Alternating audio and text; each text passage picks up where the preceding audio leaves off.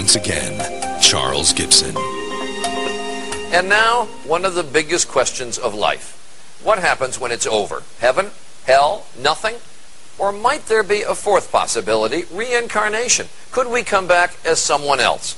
Here's Chris Cuomo with two down-to-earth parents who thought they understood the mysteries of life.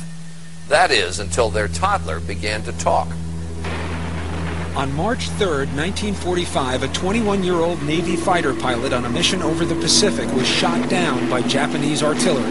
His name might well have been forgotten, were it not for the remarkable, some might say unbelievable story of a little boy named James. Okay, this is really tough. I need somebody to help me. All right, I'm the volunteer. What do you want me to do? Okay, I'm just going to climb this thing, and you have to hold me in case I fall. Done. James Leiniger is all boy, 6 years old, and full of spirit. This is a special plane. It goes in reverse. You don't see a lot of that. James knows a lot about planes, especially war planes. What kind of airplane is that? It's a Corsair. His parents, Andrea and Bruce Leiniger, say from an early age James would play with nothing else. He was obsessed with airplanes. If you look around the house, that's all you'll see. Airplanes, helicopters, aircraft carriers. But then, when he was 2, the planes James loved suddenly began to give him frequent and frightening nightmares. I'd wake him up and he'd be screaming, and he'd always be laying on his back, kicking his feet up at the ceiling. And I'd say, "Baby, what were you dreaming about?" And he'd say, "Airplane crash on fire, little man can't get out." They sound like typical kiddie nightmares, but Andrea says they went on the same way for months. Maybe too much TV. But James was just 2, and his parents say only watching Barney and Teletubbies. Teletubbies! And Andrea and Bruce say they weren't watching World War II documentaries or conversing about military history.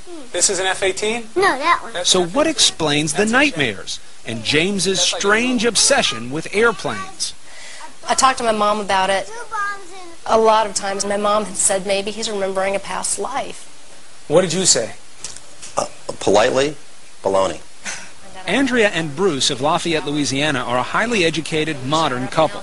To them, the possibility that their little son James was manifesting signs of a former life was, well, a little out there. You know, having a past life is not the initial conclusion that you come to. You try and figure out any other way he could have. Did he see anything?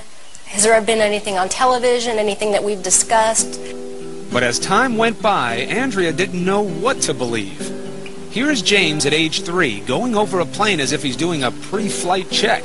He would continue to say and do things that were puzzling, like the time his mom bought him a toy airplane. And I said, "Oh, look, there's a bomb on the bottom of it." He said, "That's not a bomb, Mama, that's a drop tank." A drop tank? I'd never heard of a drop tank. I didn't know what a drop tank was. Andrea's mother suggested she look into the work of counselor and therapist Carol Bowman.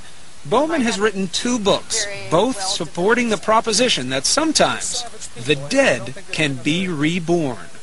We are taught from a very early age in this culture, in the Judeo-Christian culture, that reincarnation doesn't exist. Once you observe this in a child, and the evidence is very compelling, you have to open up to another explanation for what is going on. Bruce was deeply skeptical. He said there has to be a logical explanation. I don't believe in past lives. I don't believe in this stuff. But with the violent nightmares recurring 3 and 4 times a week, the Leinigers felt they had to do something. So with guidance from Bowman, they cautiously began to encourage James to share his memories. They say the result was startling. The nightmares immediately started reducing in frequency. He went down from 3 or 4 times a week to maybe 1 a week, 1 every other week. And at that point was when he started to articulate more about these past life memories. Seems normal enough, a little boy improving when his troubles are directly addressed.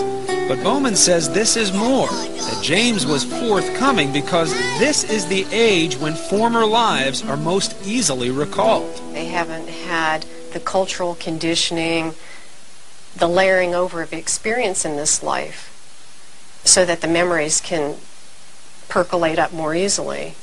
These memories tend to fade between the ages of 5 to 7.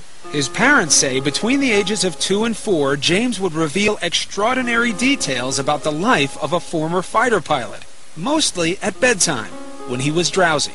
Bruce said, what happened to your plane? He said, it crashed on fire. And Bruce said, why did your airplane crash? And he said, it got shot. And Bruce said, well, who shot your plane?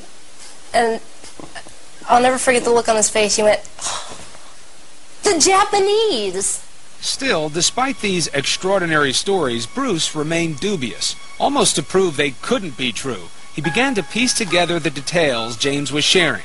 And what he found, he says, shook him to the core. For in many instances, the stories appeared to match the facts. James seemed to be recalling real events, real people, in the life of a man who'd been dead for almost 60 years.